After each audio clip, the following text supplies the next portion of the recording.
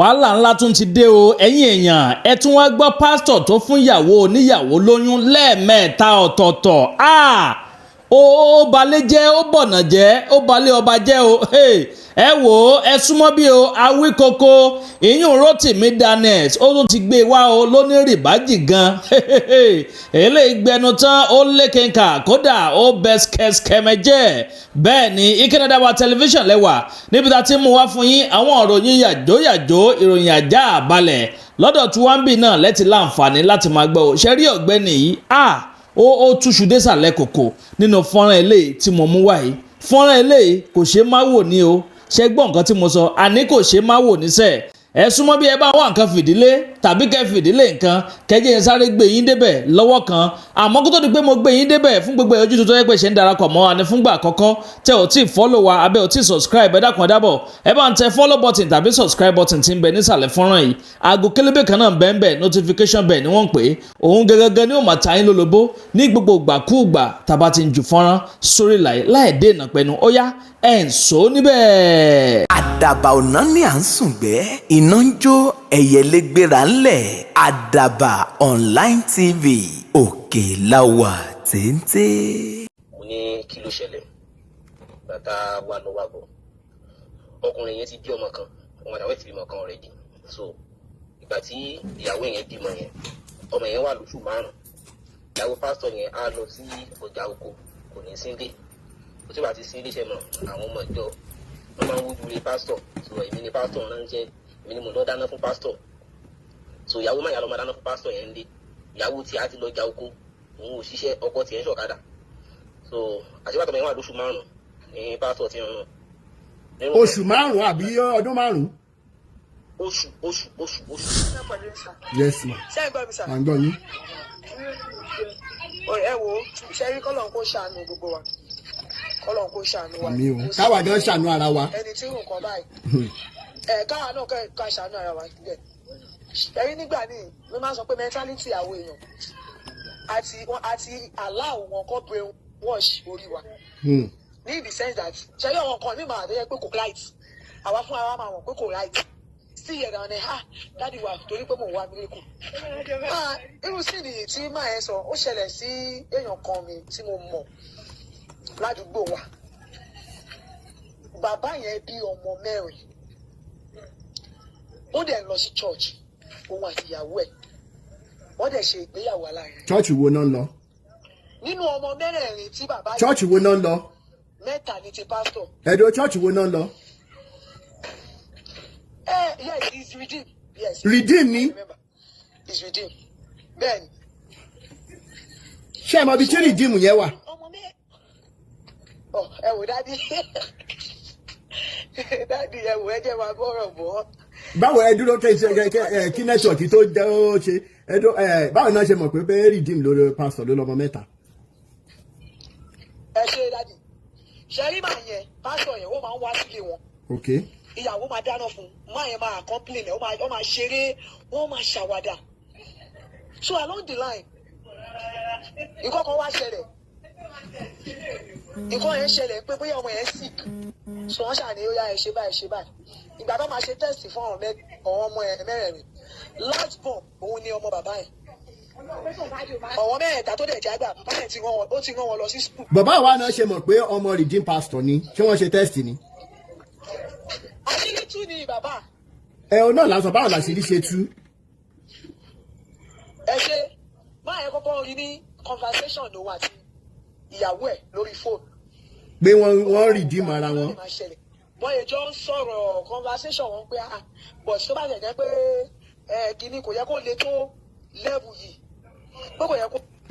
orí bẹ́tẹ̀ Ayáọlá ṣe wà ń bẹ̀. Ayáọlá ẹ bá wa mute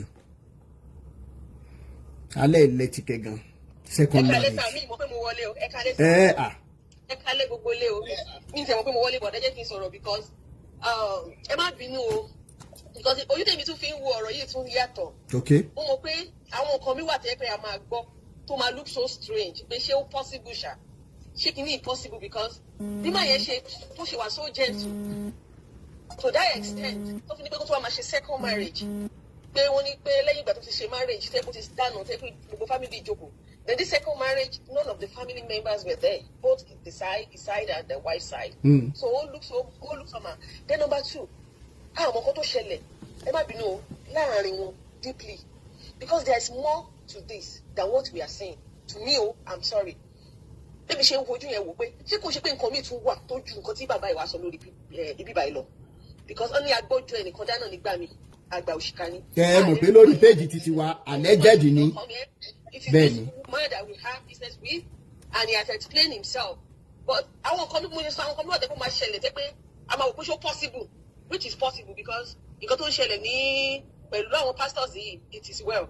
Ó look so strange, ó look so unbelievable. Bẹ́ẹ̀ni. But ó possible kò ṣẹlẹ̀. Pé kí wọ́n tún ìgbéyàwó ṣe, àwọn ọ̀dẹ̀ làwọn máa kọ list. Ìyẹn òjò nǹkan tí wọ́n lè parọ́ fún. Ìyẹn òjò nǹkan lè parọ́ fún. Since pé gbogbo evidences ready one and everything wà ń bẹ̀. Ẹ ṣé ìyá mi ní ìlú wa yín ti thank you so much.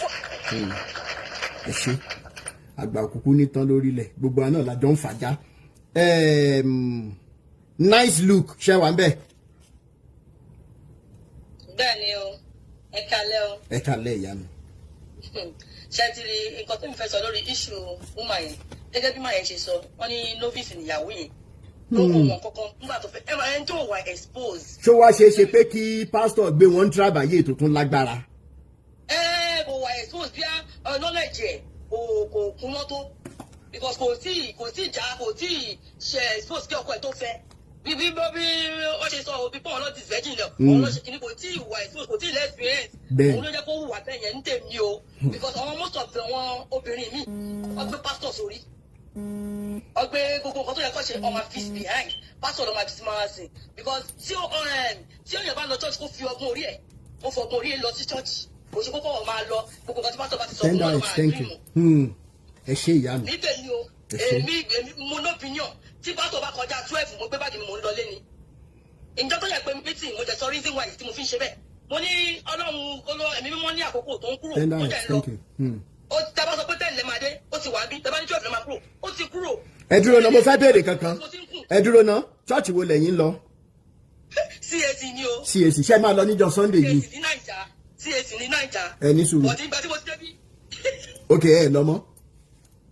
Àjọṣo àtijọ́ because ojú tí mo fi ń wò ó kọ́ wá wò pé kí ló dé Nàìjíríà ṣáàgọ́ ni. Ẹ mọ reason tí mo ṣe ń béèrè. Ẹ mọ reason bí mo ń béèrè. Kí ni reason? Níbi tí àwa Christian parents burú dé. Wọ́n tún ṣe ẹ̀sọ́ ilé ìkalẹ̀ ní òyàjò ni mo ṣe fẹ́ bẹ́ẹ̀ ṣe sọ̀rọ̀ iná gbéran yẹn wá. Àwọn ọmọ wa táwọn lọ sí high school ọdún 6 náà máa lò. Tí wọ́n bá dé SS3 yàjò bí ẹni Gomez. Tí wọ́n bá wá dé SS3 they are expected to write 9 subjects ní WAEC or GCE. Ṣé mo ṣe make sense? Bẹ́ẹ̀ni. Now ọmọ mi wà gbogbo wa kọ́ la ní the same learning rate. Ọmọ mi lè ṣe lẹ́ẹ̀kan kó mu. Bẹ́ẹ̀ni. Ọmọ mi lè ṣe lẹ́ẹ̀mejì kó mu ṣùgbọ́n mi tí ì rí bi tí ọmọ kankan ti ṣe WAEC lẹ́ẹ̀mẹ́sàn wípé ọdún yìí ó mú maths next ó fẹ́lì yòókù next year ó mú English ó fẹ́lì yòókù third year ó pass physics ó fẹ́lì ó yẹ yín tí mo ń sọ. Now I expect pé láàrin ọdún méjì kí wọ́n ti ka gbogbo nǹkan tí wọ́n wà gbogbo topics yẹn. Ẹ wo Bíbélì ṣé ẹ ní bó ṣe rí péréte yìí àwọn kan ti wà nínú ìjọ for the past 50 years wọ́n ti kà tán rí. Ẹ wá mọ ibi tí wọ́n sọ sí the steadfast love ọ̀kan ní the word of God His mercy never come to an. À ń ṣọ́ọ̀ṣì nínú ìbànújẹ́ nínú òṣì à ń ṣayọ̀ nínú òṣì. They are new every morning. New every morning, great is thy faithfulness. Ọ̀rọ̀ rẹ̀ ẹ̀yẹ iye wọ́n wá ní pé ẹ jẹ́ kí bàbá Adébóyè wá ka Bible verse kan lọ́dún yìí. Tó bá di ọdún tó bá di lóṣù yìí tó bá di oṣù tó ń bọ̀ wọ́n tún sọ fún mi pé the same Bible verse ó tún yàtọ̀ sí tí wọ́n sọ ní last month. It is just a cycle of psychotic breeding. Kí ni mò ń sọ fún yín ni wípé ẹ jókòó yín sílé. ẹ kọ́kọ́ mọ̀ béèrè lọ́wọ́ ara yín wípé kí lẹ wáyé fún ganan wípé kí wéèrè kan tí ó kàwé kó mọ̀ gbé yín trábàyè bó wá bá wá kàwé gan kí wéèrè kan tí ò fẹ́ ṣiṣẹ́ kó máa mú ẹ̀yin tẹ́ ń ṣiṣẹ́ bí erin kó máa mú yín gùn kẹ́ má lè jẹun bí erin kẹ́ mọ̀ jíjẹ lírí. Bàbá kan sọ fún mi ní 2 years ago in the course of this liberation fight ó ní Mr. Rotimi mo dẹ̀ ń sunkún odidi èmi tí mo ti ṣe mo kówó fún ṣọ́ọ̀ṣì ọmọ mi wá délé onídàájẹ́ ẹgbẹ́ àwọn ẹja kan ń gbénu agolo. Do you know the meaning? Saliu àwọn ẹja ògbénu agolo geisha àti titus ni. Ó nígbà tí àwọn tó máa wá lọ ra kí lélẹ́yìí tó máa ń pẹlẹbẹ yẹn náà titus nígbà tó máa gbé délé ẹtùsì ni wọ́n kọ sí mo ní ẹtùsì ni ìyàwó titus. Láàrin ọdún kan àwọn àti ìyàwó wọn pawọ́pọ̀ wọ́n ti gbé ilé dé lintel. Ṣé o gbogbo ẹ̀yin tẹ́ ń ṣépè fún mi wípé ó ní ọba ní iṣẹ́ ìjọba ló ń ṣe àwọn tó ń gbàdúrà fún wa lórí ètò ìpọ̀jẹ̀ yín tẹ́ ń ṣépè lọ tí ewúrẹ́ wa bá dẹ̀ bojú wẹ̀yìn báyìí à ń fèpè félépè yín ni. Tí ìbá pé bóyá ṣe èrè èèyàn ní gbogbo ẹ̀yin tẹ́ lẹ́wà lórí ìjọ káàkiri ẹ̀yin olórí burúkú yìí tí n bá pè yín láṣẹ èrè àwọn kan sọ wípé Rotimi àgbàlagbà ni wọ́n èmi kọ́ ni mo pè wọ́n bá báìbù yín náà ni. Báìbù yín ni ó ní torí pé a ṣe èrè kú ọrọ̀ jọ nígbà tí ò mẹ́ni tí ó lò bóyá kẹ́ ẹ jẹ́ kájọ ká Luke 12 ó tún wà ní Psalm 36 kí lórúkọ ẹ̀ náà Psalm 36 ó wà bẹ́ẹ̀ náà. Ẹ wá kú ọrọ̀ ayé yẹn jọ títí nípa bí Báìbù sọ pé tó bá tún ṣiṣẹ́ ni o tó ṣiṣẹ́ owó ẹ̀ ó wá ń kú ọrọ̀ yẹn jọ ẹ̀yin olórí ibù ẹ̀ ṣiṣẹ́ ẹ̀ ṣàbọ̀ ẹ wo tẹ́ fi bá yé àwọn èèyàn jẹ́. How can people continue to believe this? Àwọn bàbá tó gbà á ní tọkàntara wọn ò fi kọ́bọ̀ èló náà fi sílẹ̀ lákàntì. Ẹ̀yin bàbá Adébóyè ọ̀rọ̀ ti kàn yín. Ẹ̀yin bàbá Oyèdépò bàbá Kúmúyì Olúkọ̀yà ọ̀rọ̀ ti kan gbogbo yín. Bàbá Ẹsẹ̀ Káyà bàbá Ẹsẹ̀ Ọlájẹ́lé ọ̀rọ̀ ti kan gbogbo yín ẹ̀jẹ̀ ńlẹ́ ni.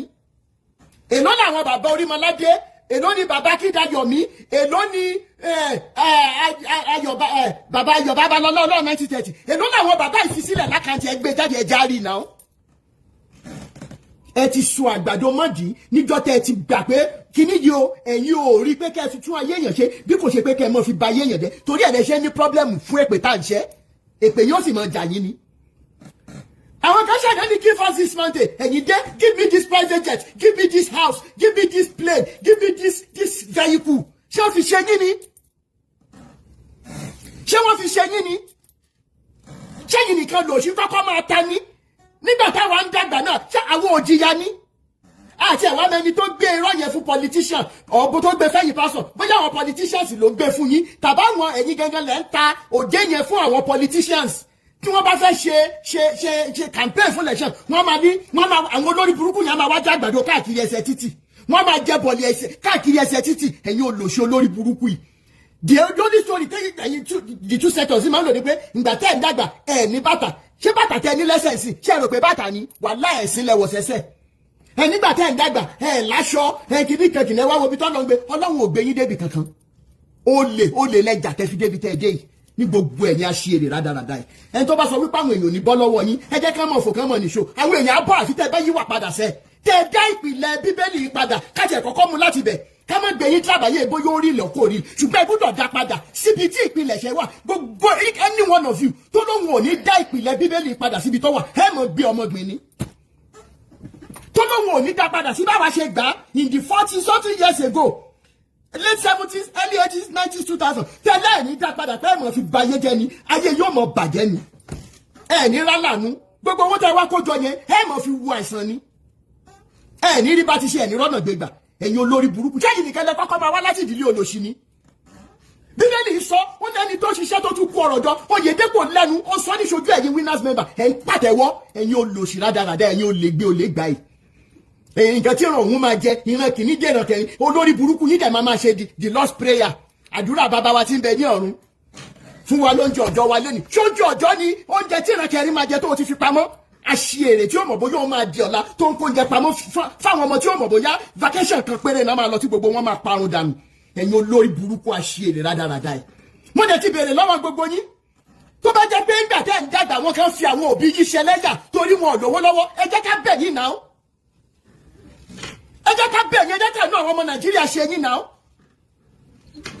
wọ́n nílé tó bá ń dàgbà ọmọ àlebẹ̀ ni ò ti dà gbogbo yín ti dàgbà bẹ́ẹ̀ ti wu eyín gangan arúkọkọ àti fàjámù bẹ̀ tó ní dákẹ́ lórí ọ̀rọ̀ àṣẹ̀ṣẹ̀ bẹ̀rẹ̀ níṣẹ́ àwọn èèyàn máa bọ́sẹ̀ ẹ gbàgbé bó ṣe ápùn kí n má lókun ká máa fa díìpù sí mi lára lẹ́nìí wàláì máa gbáyè máa ẹjẹ ṣáà fi díìpù yẹn sápá kan máa sọ̀rọ̀ torí pé iṣẹ́ ta fi rán ni iṣẹ́ ta bá dẹ̀ fi rán ikọ̀ ni ikọ̀ jẹ́ gbígbó ajá ìpàgá kíkán àgbò kì í pa àgbò ìgbà ìṣiṣi yóò lè ní pé kí ọwọ́ tèmi ó mọ̀ lọ́sẹ̀ there's no going back mi ìdẹ̀ ní gbowó lọ́wọ́ ẹnì kankan pé mi ní sọ̀rọ̀ ìyẹn tún kọ́ if my conscience were to be for say mo mọ̀ pé lọ́wọ́ mi lọ́wọ́ lè wá gbà aṣá ń gbé cocaine aṣá ń rówó ń bẹ̀ a máa fún ẹ lówó a máa fowó ba tiẹ̀ jẹ́ àwọn tẹ́ fún lówó lánàá dà tán lè sọ̀rọ̀ mọ́ mo ń wá wọn mi ò rí wọn àtẹ̀yìn àtowó tẹ̀ ń jí lọ́wọ́ àwọn èèyàn pẹ̀lú irọ́ tẹ̀ fi ń bọ́ wọn ẹ̀jọ̀ mọ̀ ṣègbè ni ẹ̀yin olóṣù olórí burúkú yìí ìyá mi nice look ẹ̀jọ̀ ẹ bẹ̀rẹ̀ sí ní tọ́jú ara yín o broda tún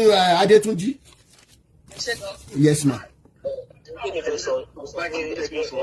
mo ń bá bàbá mi ẹ̀yin náà ló máa tàn lẹ́yìn broda Adétúnjí. So oníròyìn lèmi àti sọ̀rọ̀sọ̀rọ̀ lórí rédíò àti tẹlifíṣàn. Okay. So ní nǹkan bí ọdún mẹ́sàn-án sẹ́yìn tó ọdún 2016 so ni ẹnìkan wá fẹjọ́ pásítọ̀ kan sùn ní lọ́fíìsì mi. So mo ní kí ló ṣẹlẹ̀ bàtà wà lọ wà bọ̀ ọkùnrin yẹn ti bí ọmọ kan ọmọ àtàwọn ti bímọ kan already. So ìgbà tí ìyàwó yẹn bímọ yẹn ọmọ yẹn wà lóṣù 5 ìyàwó pásítọ̀ yẹn á lọ sí ọjà oko kò ní sílé kò tí wàá ti sí iléeṣẹ́ mọ́ àwọn ọmọ ìjọ wọ́n máa ń wújú lé pásítọ̀ so èmi ni pásítọ̀ náà ń jẹ́ èmi ni mo lọ dáná fún pásítọ̀ so ìyàwó máa yàrá máa dáná fún pásítọ̀ yẹn ń lé ìyàwó tí a ti lọ ja oko òun ò ṣiṣẹ́ ọkọ tiẹ̀ ń ṣọ̀kadà so àṣìbàtọ̀ yẹn wà lóṣù 5 ní pásítọ̀ ti rán oṣù 5 àbí ọdún 5. oṣù 5 ni pásítọ̀ tí ń bá fi nǹkan sọmọ yẹn lára. lágbára ọlọ́ọ̀bà so ìgbà tí ọmọ yẹn ṣàpè bí ọdún kan àti bóyá oṣù méjì àti mẹ́jọ ó wá bímọ ilé ọmọ yẹn ìgbà tí ó wá bímọ yẹn ọmọ yẹn wá pupa àwọn yẹn sì dúdú ìyàwó ẹ̀ náà dúdú. ẹ dúró náà kò tí ì yé mi oṣù 5 ni ọmọ wà tí pásítọ̀ ti ń bá ìyá ọmọ yẹn sùn. lágbára Ọlọ́run. ok. so ìgbà tí ó bímọ yẹn tọmọ yẹn pupa àbí bẹ̀rẹ̀ sí ní fura pé nǹkan báyìí so ó wá di ọkùnrin ṣá confront ìyàwó ẹ̀ ìyàwó bá bú sẹ́kún ló bá ní pásítọ̀ ní ó ní ọmọ so láì tètè ṣe díẹ̀ ní rárá gan so bàtà wọn pè mí lọ́bẹ̀ ọ̀rẹ́ mi kan Charles bàbá yẹn àti ìyàwó aṣáájọ jókòó sínú ilé bó ló ṣe ṣẹlẹ̀ tó bá ṣe àgbègbè conversation àti pásítọ̀ hàn wá mo tó yẹ pé tí ọkọ tiẹ̀ bá ti jáde ńlé pásítọ̀ ó bí pé ìyàwó tiẹ̀ náà ti lọ jà oko débi pé pásítọ̀ tún lọ lé wọn ọkọ rẹ̀ bá sí ńlé ó tún lọ́wọ́ mọ́ bẹ́ẹ̀. ẹjọ chọọchì wo ni pásítọ̀ yẹn wà kí dẹ̀ lórúkọ ẹ̀. mo fẹ́ àwọn onígbẹ̀rẹ̀ṣẹ̀ church yẹn ni but Àkúrẹ́ ni head office wọn wà torí pé ẹni tó jẹ́ founder gan òun gan wá sóṣogbo torí ọ̀rọ̀ yìí bọ̀ máa ṣèrántí orúkọ church yẹn. oṣù 5 arọbìnrin yẹn gán ṣì máa tutù bàbá máa mọ mú ọmọ yẹn nìyẹn.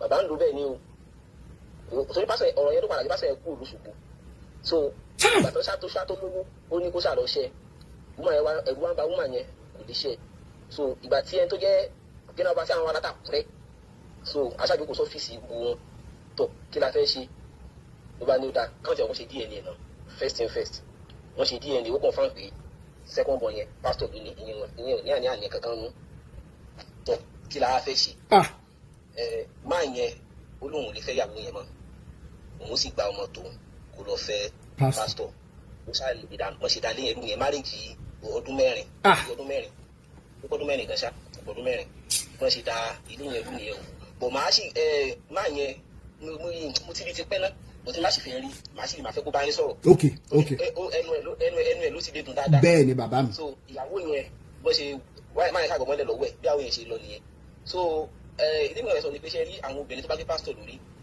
pé wọ́n ní problem yẹn irọ́ ló wà bẹ́ẹ̀.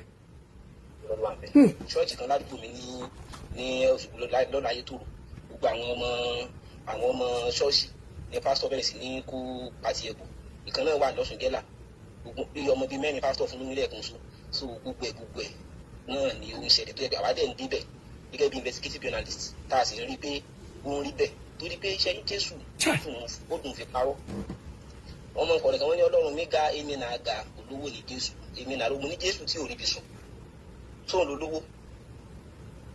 Jésù tó sọ pé àwọn èèyàn pé àwọn ọmọ ẹyẹ gan rí bí sùn òun ò rí bí sùn. Bẹ́ẹ̀ni. Ẹ tó fẹ́ san dínárì ọ̀sìn kan ṣoṣo tí ò ní lọ́wọ́ tó ní pàṣẹ kíkítà lọ́mọ alẹ́ nu ẹja tó ń lo lówó. Ẹ tó ní káwọn èèyàn lọ tú kẹ́tẹ́kẹ́tẹ́ wá fún un kó gun wọ kínní tó ń lo lówó.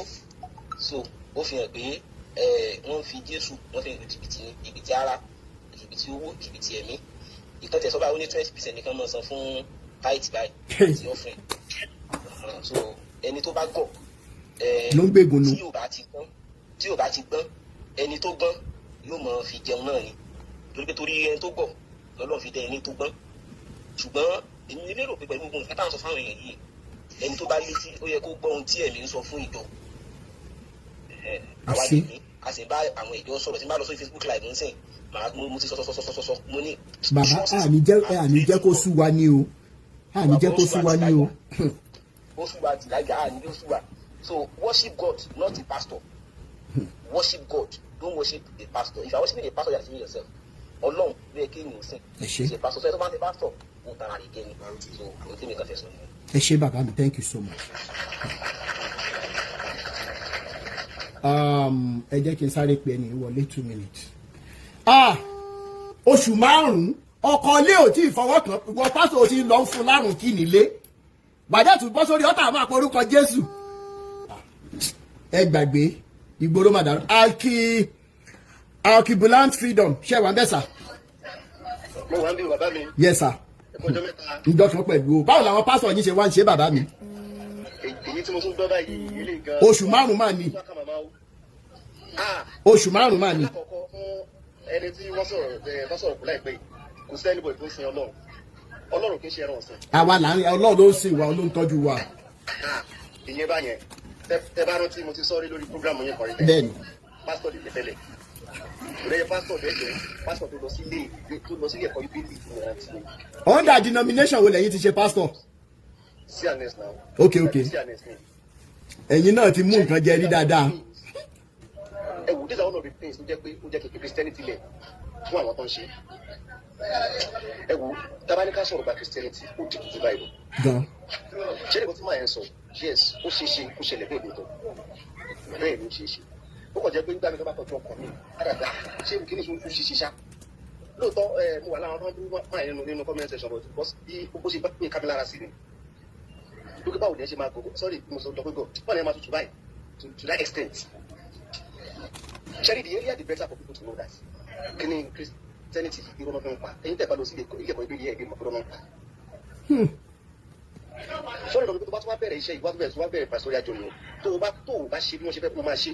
Now let me tell you the word Christianity. It is the two prominent religions. Yeah. Ṣé ó wà fún láti máa fi kówó jọ? Owó nínú owó aláta owó ilé owó oníyọ̀ wọ́n lè bẹ̀rẹ̀ kan. Nígbà tẹ́yìn bá wà níbi iṣẹ́ tẹ̀yìn ṣe nǹkan tó ń ṣẹlẹ̀ àwa lálẹ́ sọ àwọn bàbá lè sọ torí àti wà ń bẹ̀ bóyá wọ́n sọ fún wa. Ṣé owó nígbà tẹ́yìn bá wà nínú òòrùn ẹ̀wà nínú ìlú tẹ̀yìn pa owó jẹ ẹ̀wà lẹ́ ń fún oníbọ̀ wà bá. Respect àwọn obìnrin Nàìjíríà nínú Christianity. Respect tó lè fún ọkọ ẹ láti lè jẹ́ kí ọkọ ẹ kó sùn fún àwọn ọmọ ẹ wàá máa kó basket kí ni ìṣẹ̀lẹ̀ sí mi lọ́jọ́ kan mo fẹ́ bẹ̀rẹ̀ láti orí pétì wọ́n parí sáyẹ́nsì pẹ̀lú mo bá rí ọmọ yẹn mo bá dẹ̀ mọ́ àti bàbá ló bá dẹ̀ kúnlẹ̀ sẹ́yìn méjì mo more than 25 years nínú pastoral journey nínú Christianity pàṣẹ mo bá dẹ̀ kúnlẹ̀ mo wá farabalẹ̀ mo wá wọ ọmọ yẹn ẹni yìí ojú lè rí ní ìṣọ́kù lè máa báyìí ní ìṣọ́kù lè máa respect ọkọ ẹ̀ nìyí ni nítorí ní tájú sọ̀rọ̀ lọ́wọ́ bẹ́ẹ̀ dọ̀kọ́ náà balẹ̀ àwọn méjì tó wá ṣe ìjọba pẹ̀lú ara wọn sọ èmi ò dẹ̀ náà bàbá olùdásílẹ̀ nígbà tí yẹn kó wá kúnlẹ̀ fún mi tó wá fẹ́ tẹnu bọ̀rọ̀ mo máa ní kó lọ bá olùdásílẹ̀ nígbà tó wá lọ bá olùdásílẹ̀ àwọn olùdásílẹ̀ wọn wá dáhùn padà bá mi pé wọn wá bá mi mo máa bá wọn sọ̀rọ̀ ọ̀rọ̀ ọ̀rọ̀ àbáyà àgbàlagbà ni wọn so bí ẹni máa ń sọ̀rọ̀ lọ ibẹ̀ ni báyìí tí wọ́n mẹ́sàn ó ní pé ìjẹ́ mo mọ̀ wípé bí aya ọkọ ṣe wọlé ó fi orúkún méjì ìkúnlẹ̀ fún mi ọkọ̀ ó tún lọ lọ́jọ́ orí ọkọ̀ máa gbé lọ́jọ́ orí ó fi orúkún méjì ìkúnlẹ̀ fún òun ó ní kókó lẹ́fẹ̀ẹ́ máa sọ ẹ̀kọ́ ó ní òun ò lè rántí ọjọ́ tí aya òun náà tó kí n káàárọ̀ nílé lẹ́yìn lágbàdo ọ̀sẹ̀ láti yá bí oṣù mẹ́ta oṣù mẹ́fà táwọn ìjọsìn máa fẹ́ra ti bá ní tẹ́lẹ̀ ti dáadáa. Now ṣẹ́rí ẹ̀yin obìnrin you are losing the standard in your home by going to all these pastors. Ó ní pastor ààrẹ tó bá ká ibèlè dáadáa kí ni ó máa kí ẹ pé ó bíbélì sọ́nù wẹ̀ àpótọ́ pé lọ́sọ̀ bíbélì mọ́ láyé mi kò ẹ jẹ́ kí n mú lè wá bíbélì sọ́nù wẹ̀ bíbélì ó ní pé ẹ fi ẹ̀kọ́ Kristi sílẹ̀ nísinsìnyí ó ní pé ẹ padà sí ilé ó ní pé kẹ́ẹ̀fì ẹ̀kọ́ Kristi sílẹ̀ nísinsìnyí ó ní pé kẹ́ẹ̀ padà sí ilé o ẹ̀yin obìnrin jábà ń jẹ̀yìn fún ẹ̀yin tí ẹ̀ ń tẹ̀lé ọ̀rọ̀ àwọn pásítọ̀ kẹ́rì Christianity as a religion kẹ́rì Christianity as a religion is just a parasite to humanity. Ẹ wo níbi tí ọ̀rọ̀ tèmi lédè now these are one of the reasons why we get Christianity sílẹ̀ as a religion nígbà tí mo parí ilé ẹ̀kọ́ ìdílé tí mo bẹ̀rẹ̀ pastoral job ìjọba gbogbo ìmẹ́lọ sí school you understand so mi wá apply education mọ́ pastoral job ìdílé mi so ó wá bọ́ sí notice àwọn tí wọ́n jẹ́ àwọn alágbára ní ilé ìjọsìn wọ́n wá jẹ́ fún àwọn tó ti ń jà fún ní ìlànà tí àwọn fi ń ṣe kíní yìí ṣé ìjọba tí mo bá ti kọjá ẹgbẹ́ máa apply common sense into Christianity you be marked as threat. lẹ́yìn yẹn nígbà tó ti gbé wọn sọ pé mo tún ta dàgẹ̀rẹ̀ kù ní ìlànà tí wọ́n fẹ́ kí n máa lọ. Then later one láti ṣe ara rẹ̀ wọ́n fẹ́ràn tó definitely fi ara tó how would you sleep at night? Báwo ló ṣe máa sùn lálẹ́? Àyè náà rí máa fún tí àwọn ọmọ ọmọ ẹ wọ́n wá dé ká sọ pé àdánfà so bẹ́ẹ̀ ṣe ti ṣe ọ̀pọ̀lọpọ̀ àwọn ìlọ́nà lílé yìí. Ṣé bẹ́ẹ̀ ti ṣe ọwọ́ because ṣé ìjọ tí ò yé àwọn èèyàn ilé ti sọ̀rọ̀ rẹ̀ ti máa kó tó sọ̀rọ̀ ẹjọ́ nínú ìjọ tì rí pé ọba kan jẹ́ tí olùkọ́ tó ṣẹ́kù lọ gbogbo àwọn pastors ọba yẹn olùkọ́ àwọn iṣẹ́ ìlú olú àkọ́rẹ́ tí ọba lè gbé mo ní kó tó bá yá àwọn ìran kan wá wípé Christianity yìí ọmọ rí àṣírí ẹ̀ ní ìjẹ́ tó tó ṣẹlẹ̀ ní láìpẹ́ àgbà ọba kan tí kò ní mọ Israeli àwọn pastors yìí jẹ́ pé ọmọ máa ṣe question ìbúrú nǹkan tó bá tó ṣẹlẹ̀ ní Christianity ìgbà yẹn àwọn máa ṣàmọ̀ pé yes wọ́n ti ṣe ọ̀pọ̀lọpọ̀ ìlú náà fún arákùnrin yẹn tiẹ̀ kó dúpẹ́ lọ ẹlẹ́dàá ẹ̀ because mo sọ ìpín tó bá di ẹlẹ́dàá orí ìyá àgbàfẹ́ wà lẹ́yìn ẹ̀ tó bá bá àwọn ancestors ẹ̀ wà lẹ́yìn ẹ̀ ó yẹ kó ti tẹ́ ní àná ó yẹ kó ti kú because ẹni tó ń sì láti pàdé láyé ìlú àdáyé ẹ̀yìn. bẹ́ẹ̀ni téèyàn dáyà bẹ́ẹ̀ni. ilé kan tó máa ṣe fún àwọn tí máa ṣe fún àwọn ọkùnrin tó wà láì kúrò ní pé nígbà tí ẹ̀yin ọkùnrin tó wà nígbà tí ẹ̀ tí máa nígbà tí ẹ bá máa máa ọkùnrin ní tó máa dọ̀rọ̀ sílẹ̀ ní ìwọlé máa tó nígbà tí máa fi Christianity ayé àmì wà lára rẹ pé wọ́n fi lọ́kàn báyìí pé kìí Christianity lẹ̀ wọ́n sọ fún mi pé kí ní yìí àdáadáa ní because òun náà ọmọ pásítọ̀ lòun ọmọ pásítọ̀ bìbí náà ẹ wo ọkùnrin mi àwọn máa tẹ̀síwájú lórí ẹ̀dọ́jọ́ mi ẹ ṣé bàbá mi thank you so much. Fọlọ́wọ́ ṣe léṣe wà mẹ́. mo ń bọ̀ sista tẹ́mi ẹ̀yin náà ló kàn lẹ́yìn wọn ẹ má bínú ó yẹ ká lẹ́ bàbá mi. débi tẹ́ ti mẹ́mu lọ́jọ́ yẹn sà. mi ì tí ì lọ bẹ̀. ẹ̀kú rìn náà sọ ọlọ́run máa wà pẹ̀lú yín sà. àmì o. pàtàkì inú ọ̀rọ̀ tí mi fẹ́ sọ ni wípé tá bá wo gbogbo àwọn nǹkan tó ń ṣẹlẹ̀ lórílẹ̀‐èdè àti ní Christianity ìfì ẹ rí i pé ọ̀dọ̀ àwọn obìnrin náà lóògùn ẹ̀ ń gbà wọlé. òun ló yẹ kí n padà sínú ọ̀rọ̀ tó sọ wípé bí ó ti wà lé àtètè kọ́ ṣe ó ń bẹ nísìn bẹ́ẹ̀ ni yóò sì máa rí. ẹ rántí pé nígbà tí ejò fẹ́ Ádámù ọ̀dọ̀ Éfà ló gbà wọlé.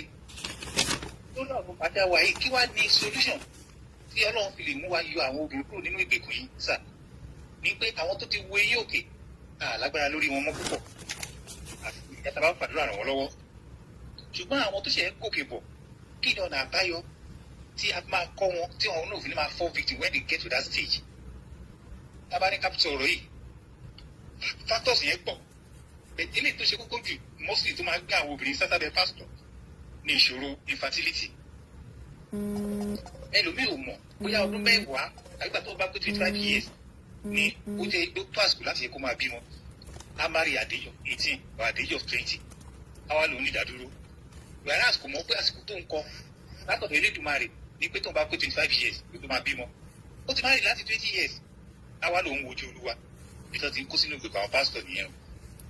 So àwọn factors of infertility àti belief nípa time tó yẹ kéèyàn ṣe nǹkan òun ló yẹ ká máa kọ́ àwọn ọmọbìnrin wa ń sìn so that gbogbo nǹkan tó ń ṣẹlẹ̀ sí àwọn tó ti wo iye òkè kò ní ṣẹlẹ̀ sáwọn náà gbàgbà tó ṣèjì tiwọn torí pé gbogbo ogun tó ń da ìgbéyàwó rú ọbí obìnrin ló ń gbà wọlé gbogbo ogun tó ń da ìdílé kọ̀ọ̀kan rú ọ̀dọ̀ obìnrin ló ń gbà wọlé.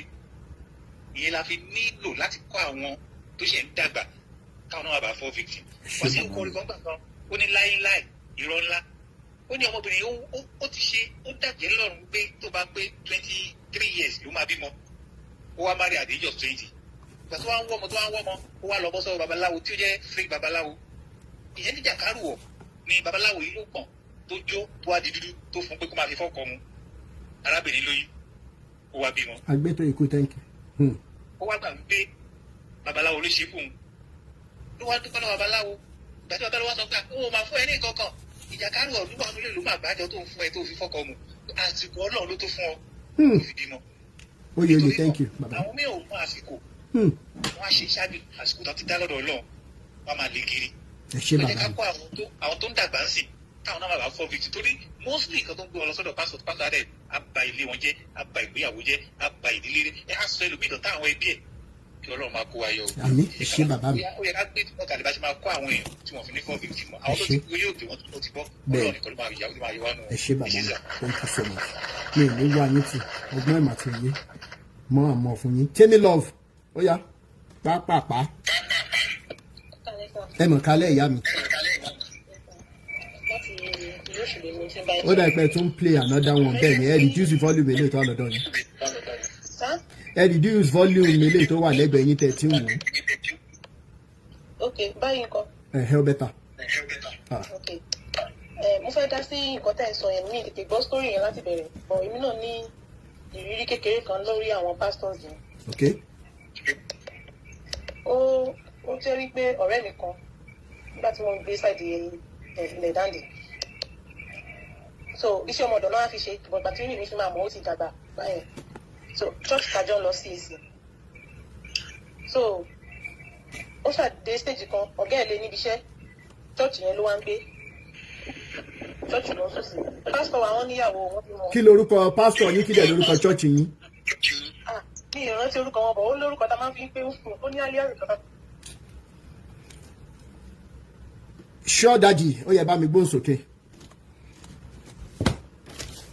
Gbogbo ẹ̀yin tẹ́ ẹ bá ti lè dárúkọ pásítọ̀ yẹn ọ̀ church lórí bíbá ẹ má wulẹ̀ send request rẹ ti mọ̀ pé máa já yín bọ́ ẹ lè send message sí mi a máa play ẹ̀ tẹ́ bá ti sọ orúkọ wọn ẹ̀kan a máa lo alleged a máa fi dárúkọ wọn a máa fi sọ kò sí ní tí ó ṣẹlẹ̀. Sure daddy ẹ bá mi gbóhùn sókè jàre bẹ́ẹ̀ ni sà. Bó ṣe wà ní káàkó máa wá waste time wá bẹ́ẹ̀ ni mi ò rántí mọ́. Ṣé rí lórí ọ̀rọ̀ tí wọ́n gbé wá lálẹ́? Bẹ́ẹ̀ ni sà. Ṣé rí ìyẹn nọ́mbà one kọ́ fẹ́ sọ ni pé nígbà míì ṣe rí tí ọwọ́ ní ẹ̀ máa kó sí ọwọ́ orí ẹ̀ máa dàbí aláìmọ̀ṣe. Máa dàbí aláìmọ̀ṣe. Ẹ̀rọ àwọn tó ń blame máa yẹn á tún sọ pé ká blame ẹ̀ díẹ̀ ẹ̀tù bá ní ká má tún kú. Ọlọ́run àfẹ́wà kọ́lọ́ dẹ̀ jẹ́ kí a tó. Máa nǹkan sọ̀rọ̀ kan lẹ́ẹ̀kan ó ní kí wọ́n tó capture èèyàn spiritually wọ́n á kọ́kọ́ capture physically. Ṣé rí you have to be bold. Asọkùnrin ẹ gbọ́dọ̀ wà bold kí wọ́n máa bẹ̀rù anything. Ẹ rí pé ó fẹ́ràn ìyàwó ẹ̀ ó ṣe gbá òun ló jẹ́ kí ọ̀rọ̀ yẹn rí bẹ́ẹ̀ yẹn wọ́n ti rí màá yẹn mú un wọ́n rí mú láti ilẹ̀ wọ́n ti mú láti ilẹ̀ wọ́n ti ka lọ́wọ́ kù so gbogbo nǹkan tó kàn ṣe yẹn ìgbà tójú ẹ̀ṣẹ̀ ẹ̀ tí kìíní ẹ̀ ká kúrò lójú ẹ̀ ní gbogbo nǹkan tó fi realize gbogbo nǹkan tó padà wá sọ yìí so ti ṣe ìbẹ̀jẹ̀ Ọlọ́run jẹ́ ká kú sọ́wọ́ àmín. That's number one. Then number two, Aldi. Mo fẹ́ kí Mo Samuel àti Bishop Andrew kó máa gbọ́ nǹkan tí mo ń sọ yìí. Ẹ jọ̀ọ́, mo fẹ́ kí platform wa yìí ẹ jẹ́ ká ṣe nǹkan tó máa gbà pé a máa ní impact. Ẹ gbogbo àwọn nǹkan táwọn èèyàn ń gbé wá tó ń gbé wá, I'm always on it. It's almost 24/7 àgbà tó bá tó rẹ̀ mi tí n bá sùn. Oye tí mo ń gbèsè lórí data lórí ọ̀rọ̀ fàájà yìí ní kékeré. Ṣé mo fẹ́ ká was láti èèyàn kan tó kù. Bẹ́ẹ̀ni. And which is Olúwalọ. A máa ṣe. Bẹ́ẹ̀ni. Àti ní upper hand gan lórí Olúwalọ ìṣù yìí. There is no going back at all. But let's do the needful. Let's do the needful. Kò ṣe nǹkan tó yẹ ká sọ ká máa sọ lórí afẹ́ torí àwọn pé àwọn gbogbo náà wà lórí platform tó ń gbọ́ wọ́n fẹ́ mọ ibi tá à ń lọ. Bẹ́ẹ̀ni. But let's do àti oríṣiríṣi táwọn èèyàn sọ àwọn blọ́gà sórí àtẹ́tọ́ ẹ̀kọ́ sọ̀rọ̀ àtẹ ẹlòmíì àbúwa lẹ́gbà tó bá tún wá búwa tán aṣoṣo tọ̀rọ̀ aṣọ nǹkan tó yẹ ká ṣe aṣọ gbogbo ẹ̀. Let us gather all this facts together and let's move forward and take the necessary step. ṣe dábàá rí láti fi ṣe example pé yes àṣeyọrí wa kan lélẹ̀ we will say continue you are not owó kékeré kọ́ lẹ̀ náà nà láti máa put up every day. I want Mo Samuel, I think those are the people that are very good in their admin. Mo Samuel and Bishop Andrew. Let us sit and see how we can get this thing done. Ká gbé ìgbésẹ̀ tó yẹ ká gbé àwa lámọ̀ ìgbésẹ̀ tá a máa gbé èyí ò ṣe pé afẹ́sọ́ lórí afẹ́fẹ́. Let's do the needful. Láti ẹ̀rí kankan tọ́ka sí pé this is our achievement. Àkànṣọ́nà 2025 ní eré ìjàmbá fi jíjọ àmàlà 2025 ló lọ. Àjẹ́ ń pariwo fàájà 2025. I'm having sleepless nights lórí ọ̀rọ̀ wa nígbè àti ẹ̀tìrì kẹ́mọ̀ ókè tí oní HIV gbólabadé. Àwọn ọlọ́pàá ti ń ṣiṣẹ́ lórí ẹ̀ wọ́n ti lọ competition. Please let us have something to show for the world that this is what we are doing. Ọlọ́run wà lọ́wọ́. Ẹ ṣé bàbá, thank you sir. lẹ́lẹ́lẹ́lẹ́ aṣọ result máa bẹ̀rẹ̀ sí ní jáde láìpẹ́ ẹ fọ́n balẹ̀ gbogbo aṣọ kan là ń sá lóòrùn. Mo sàmẹ̀ṣẹ́ tí ń gbọ́ sìn.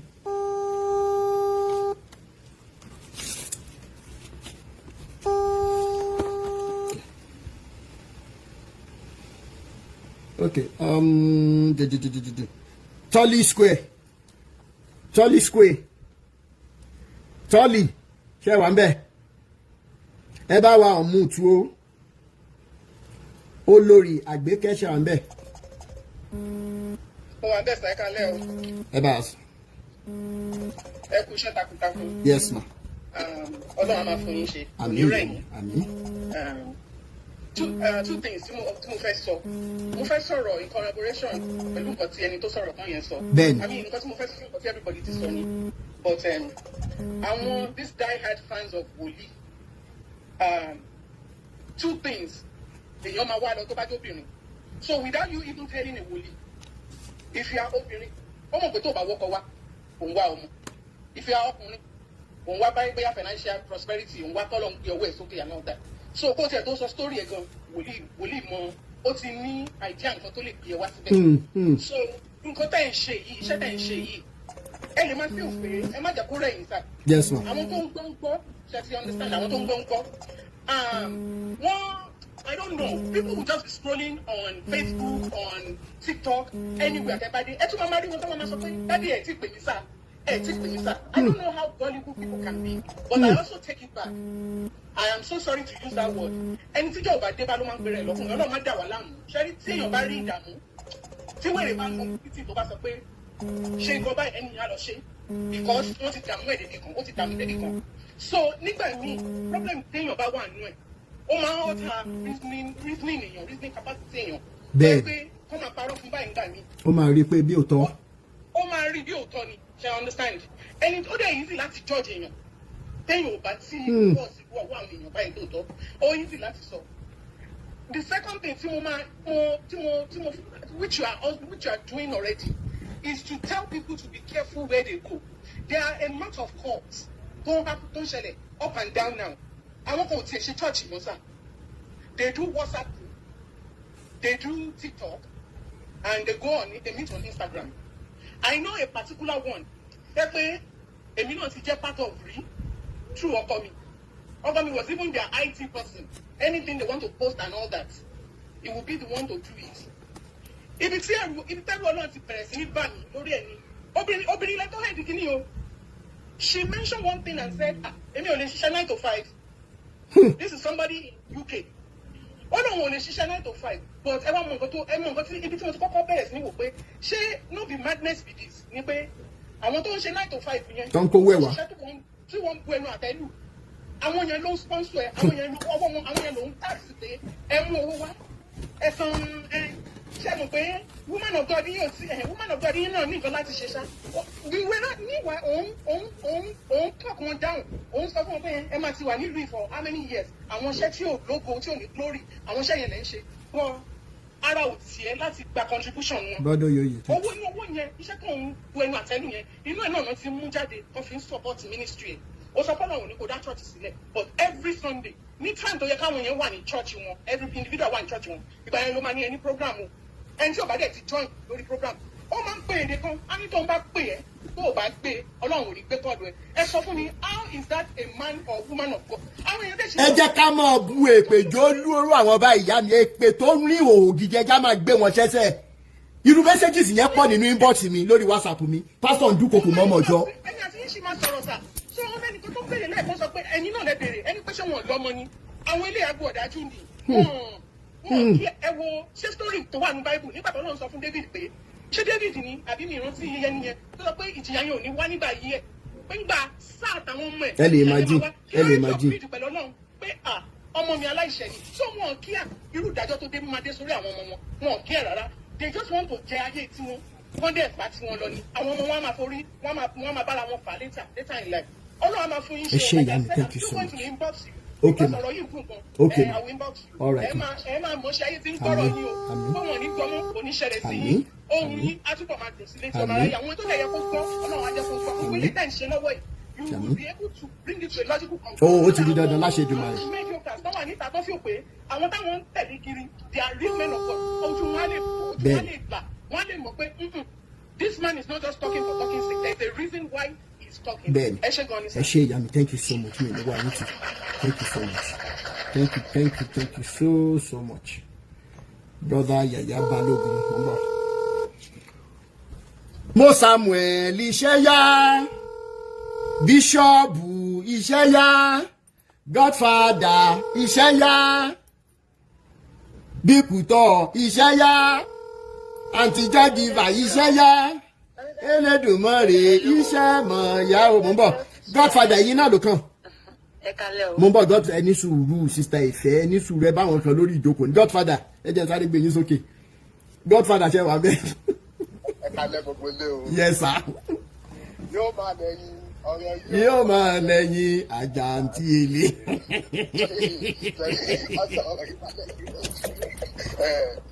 Torí bàlá fi sọ fún mi lẹ́yìn ara mi yóò gbọ́. Ok, mo gbọ́ gbogbo program yẹn lẹ́yìn but mo ò ní lọ síbẹ̀. Ẹ̀yin pásítọ̀ tẹ wà lé ọ̀rọ̀ tó ṣẹlẹ̀ ní èyí ni mo fẹ́ sọ fún yín mo dẹ̀ sọ fún Mo Samuel.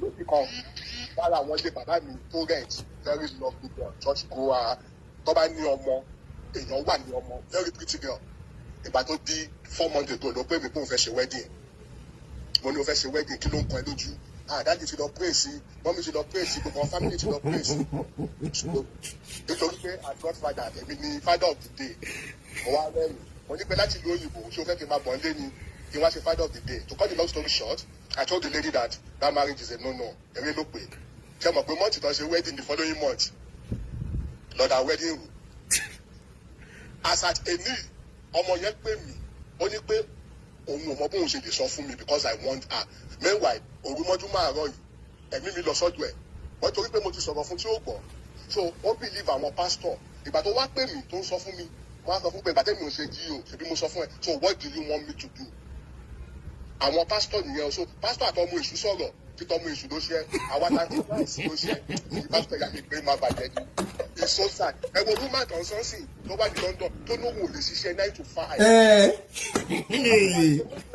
wípé kójú àwọn èèyàn là ẹ̀yin lè lọ sọ̀dá mẹ́wàá sí church but kò sẹ́ni tó lè sọ pé òkè o ẹ wá láàrin wa ẹ tẹ̀jẹ́ ká wá bàjẹ́ máa gbárùkù foundation yìí ká máa dáwó but ẹ lè dá táìtì sí church ojú everybody àbó láìpẹ́ yẹn máa wòran. ó máa bó ó ti bó.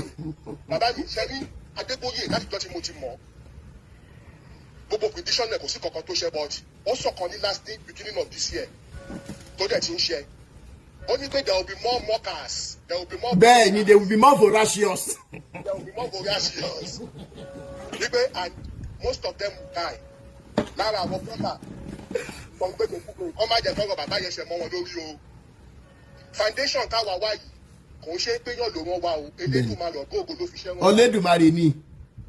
kò ń ṣeré o ọ̀sọ̀ eléyìí ò ṣe kéṣe Mohbad o àwọn tẹ́ ń bá ta tó bá sọ fún yín pé báyìí ló máa rí fún yín bẹ́ẹ̀ ló máa rí o àfi àwọn tí Ọlọ́run bá yọ̀ látòdì ọ̀run. bẹ́ẹ̀ni. ẹ wo gbogbo bó ṣe ń kú àwọn kókó tó ń ṣe gbá tó ń ṣàwò ó má jẹ́ kí bàbá ti kú. àbí láti àníṣe ìkan sọ fún mi ní 8th of May wípé ọlọ́run CAC ọlọ́run àwọn sọ fóun wípé ọ̀sẹ̀ mẹ́rin mo sì ní lọ́wọ́ mo ń dúró de 8th of this month èní ní 6 ìbára kùjọ́ méjì ẹ gbèlé gbọ́. àwọn òpè ẹ̀wọ̀n ibi iṣẹ́ ni mo wà ó pẹ̀lú bá ṣe ń bú ọlọ́run yín ọlọ́run tún gbà wá ga mo tún ti páàkì sí mo tún fún lọ fọ́dún dè láti ibi iṣẹ́. léwúrẹ́ bá fojú ẹ̀yìn àfẹ́pẹ́fẹ́lẹ́pẹ́. owó tí máa sùn wọ́n tún máa san owó ẹ̀ ẹ̀rí bá yẹ̀ yàrá bíi ti pàdé.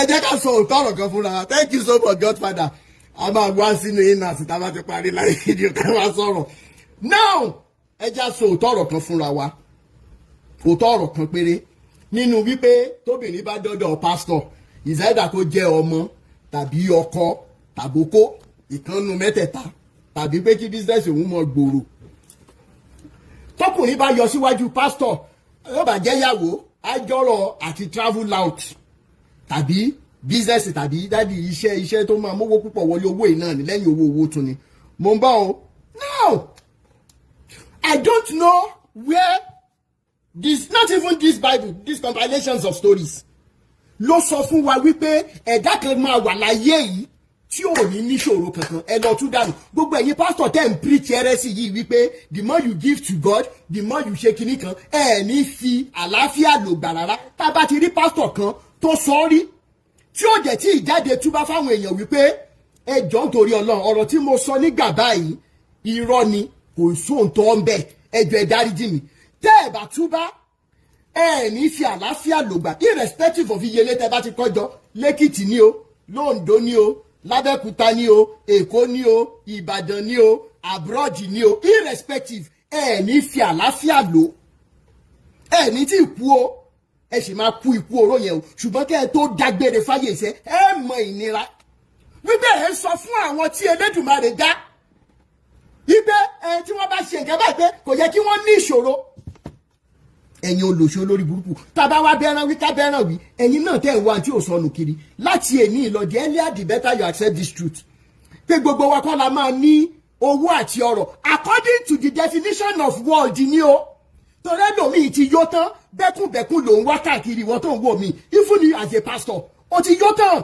òun wá bẹ́kùnbẹ́kùn kiri ló ṣe fẹ́ lọ wọ ẹgbẹ́ tó ń pè é sí i lọ bèrè lọ́wọ́ wọn bèrè details kó tó sign paper níwọ̀ pastor tó ń wò mí ó fẹ́ jẹ́ ká máa gbọ́ orúkọ ẹ káàkiri àgbáyé ṣé wọ́n ti sọ fún ẹ wípé lóòótọ́ yàrá bí tó bá ṣí fún tó bá gbé fún ẹ wípé bó bá ṣe tóbi sí bẹ́ẹ̀ lówó ṣe máa kún bẹ̀ ṣé wọ́n sọ fún ẹ pé máa yọrú ẹ̀ ṣé wọ́n sọ fún ẹ wọ́n wá ní pé kó o wá kẹ èrè níná lóru ọ̀gànjọ́ nígbà tó gbébọn sókè pé kó o yin èrè ní bájínátù gẹ́ẹ̀sì ojú ẹni tó yọ ojú ìyàwó ẹ̀ tó fẹ́ràn ló yọ lójú èrè ó tún gbébọn lẹ̀ ó nu ojú pé àgbẹ̀dọ̀ kó mọ̀ rí bẹ́ẹ̀ ẹ̀ṣọ́ ńlá lànà ó tún kí ìbọn yẹn pé igi akọni ìṣòde wàhálà ó ṣẹ̀jẹ̀ lélẹ̀ tó kù sí ó tún gbé bájínátù sókè ó gbà tó máa yin àdó níbọn gẹ́ẹ̀sì nítorí ọmọ ẹ̀ tó fẹ́ràn jù tó jẹ́ òun ló mọ̀wé jù òkè òun ló tún rí lójú wọn ní yìnbọn ṣe bó ló strongi ó tún gbẹ̀bọ̀ sílẹ̀ òfọwọ́ nojú pé òyì ń kọ́ ẹ wàláhì òyì òkú ẹ òótọ́ lórí bó sì ṣe máa pàdánù àyà àtọmọ nìyẹn. ta ló sọ fún yín wípé gbogbo wa la máa lówó according to the definition of what we call wealth because àti misplace the definitions pé mo lówó gbogbo wa kọ́ la máa níyàwó gbogbo wa kọ́ la máa lọ́mọ gbogbo wa kọ́ la máa ṣiṣẹ́ ní telecommunications ọ̀ báńkì ọ̀ gbogbo ibi tí wọ́n yẹ rò pé bóyá everything that is glittering is gold. It is not every one of us ẹ jẹ́ ká gba òótọ́ yìí ifun fẹ́ yí tẹ́ ìpẹ́ra yín ní ìránṣẹ́ Ọlọ́run tẹ́ ẹ̀ṣẹ̀ ń dàgbà. ṣùgbọ́n lọ bí àkóso bó ṣe wù kó rí gbogbo wa la lè ní ìfọ̀kànbalẹ̀. Unfortunately ìfọ̀kànbalẹ̀ yẹn ò lè wá until tá a bá nítẹ̀lọ́rùn àwa ń bẹ̀rẹ̀ lọ́wọ́ ara wa lẹ́nu ìjà nítẹ̀lọ́rùn bí débi wípé ẹ̀yin ìyá wa gan ẹ mọ̀ wá kọ̀ǹpíà olórí burúkú tẹ̀ pé ní pásítọ̀ àṣìírí adá wọn mọ́ ya adá wọn mọ́ rádaràda àwọn prọfẹ̀tì àwọn prọfẹ̀tẹ̀sì ẹ mọ̀ kọ̀ǹpíà ọkọ yín pẹ̀lẹ́ ni tí ò ṣiṣẹ́ ọkọ ẹ̀dẹ̀ ló ń fún ẹ ní owó tó fi lè wọ mọ́tò lọ padà gbogbo tó ń ṣe ọkọ ẹ̀ ń sọ̀pọ̀tì ẹ̀ wà wá wo ọkọ ẹ ti kàtẹ́gbín wípé wọ́n ti ẹ̀ ń wíṣì bí pásítọ̀ ṣe ń sọ̀rọ̀ lórí stéèjì yìí máa wo súùtù ẹ̀ máa wo gown white tó wọ̀ ẹ̀ ó ti ẹ̀ ka white yẹn sókè kó yìn mí ní round one kí n tiẹ̀ ó wá ń wò òun compare ìsọkọ ẹ tó ń ṣiṣẹ́ ó rí bẹ́ẹ̀ tí ẹ ti bàjẹ́. Finally ìdẹ́lẹ́dùmarè ó ṣe láàárọ̀ kò ní sọ́dọ̀sán èyí tí ó ṣe lọ́sàn kò ní sọ́dalẹ́ tí bàbá mi èdò abátúwá lóhun ò ṣe ò lè mú sí torí wípé ọ̀rọ̀ àwa àti Elédùmarè tó dá wa wá sáyé ọ̀rọ̀ wa àti ẹ̀ dàbí ewúrẹ́ tó ń fẹsẹ̀ halẹ̀ ni kí ló fẹ́ folówó ẹ̀ ṣe lọ ṣe tó bá fẹ́ ṣe tó bá lóhun ò ṣe tó ń lé káàkiri tó lọ fẹ̀dọ̀ lórí òrò kí ló fẹ́ ṣe sí.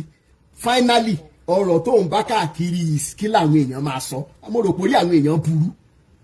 Ẹni tó sọ fẹ́mi lánàá pé mi ìnáṣọ ti máa wọ̀ wá wedding òun mò ń bọ̀ lẹ́nu ní bá fẹ́ fún lówó yóò gbà tó kí lẹ̀ ń bá káàkiri ganan kí náà máa sọ tí mi bá lọ́kọ kí náà máa sọ tí mi bá lọ́mọ kí náà máa sọ iṣẹ́ nìyí débi mọ́tò àmọ́tò èmo ti lò fọ́dún mẹ́ta o àwọn ọ̀rẹ́ mi ti change mọ́tò wa máa wá sáré kiri o fẹ́ jẹ company yẹn torí nǹkan táwọn èèyàn máa sọ olórí ibú èèyàn yẹn àmọ́ fàjà fún yín bàbá ṣe ń tẹ̀ máa wọn pásítọ̀ lára láàmọ̀ yọ́ láàmọ̀ kìbọ̀ ẹ̀yìn náà lára tẹ́lẹ̀ ní gbọ́ ni gbọ́ our communities must start changing.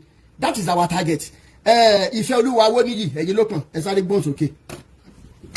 Ẹ kalẹ̀ òrà rẹ̀ sí. Ẹ mọ̀ kalẹ̀. Ẹ wo ó ga gan ebi àti jàrí gan àti jàrí tá a ti kúra wà dáadáa. Mi tiẹ̀ wá kí n rántí sẹ́mo pé ojoojúmọ́ lè mi mọ́ ń bá yan jẹ ẹ mọ́ bínú. Ẹ ti gbé mi ṣépè mo ti gbé yín ṣépè. Ó yẹ ẹ mọ́ bínú ẹ mọ́ bínú ẹ mọ́ bínú.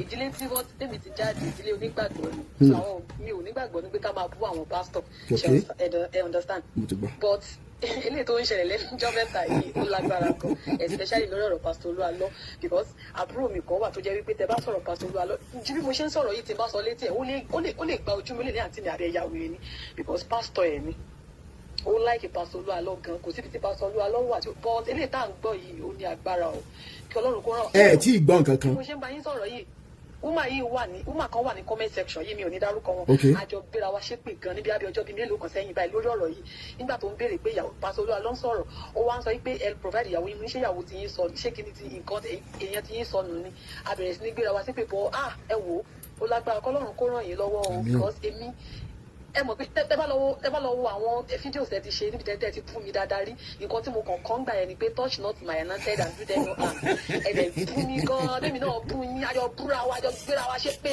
mo play mọ sí mi ní ẹ̀ ìpínlẹ̀ ò lè ṣe nǹkan lórí ẹ̀ kìnnìkan ṣe understand bó ṣe ń ṣẹlẹ̀ yìí ẹ má jẹ́ kí n tàn yín ó ń bà mí nínú jẹ́gun èmi I'm a kind of person mi ìmọ̀ ṣe ń kúnlẹ̀ sábẹ́ pásọ̀ bí mo ṣe wà. Ẹ ti ẹ̀ gbúdọ̀ ṣe torí ẹ̀yin obìnrin lágbára gan-an. Ìgbàgbọ́ gidi láti lẹ̀ yìí mi ò mọ bó ṣe ń kúnlẹ̀ sábẹ́ pásítọ̀ mo believe nínú àjọ ara mi because mo mọ̀ Ọlọ́run ló dá wa ó dẹ̀ máa gbàdúrà wa so mi ò ní gbàgbọ́ ẹ wo ẹ má jẹ́ kí n sọ̀rọ̀ jù torí àwọn èèyàn pọ̀lẹ́ Ọlọ́run á ràn wá lọ́wọ́ lágbára Ọlọ́run á dẹ̀ máa ràn yín náà lọ́wọ́ bọ̀ ilé àti túra wa. Ẹ mọ̀ gbogbo tí n bá sọ jẹ́ ẹ gbà pé under the influence of alcohol ǹjẹ́ mọ̀ pé ọtí ò mọ̀ pé lówó òun ò lówó lẹ́sẹ̀ lẹ̀ ẹ mọ̀ bínú ẹ̀yin níyà wa ẹ̀yin náà ti rí báyìí àdẹ̀ tí ì sọ nǹkan kan o ẹ mọ̀ wọ̀rí àmọ̀ra jù báyìí lọ ẹ ṣe mo really appreciate you thank you so much yes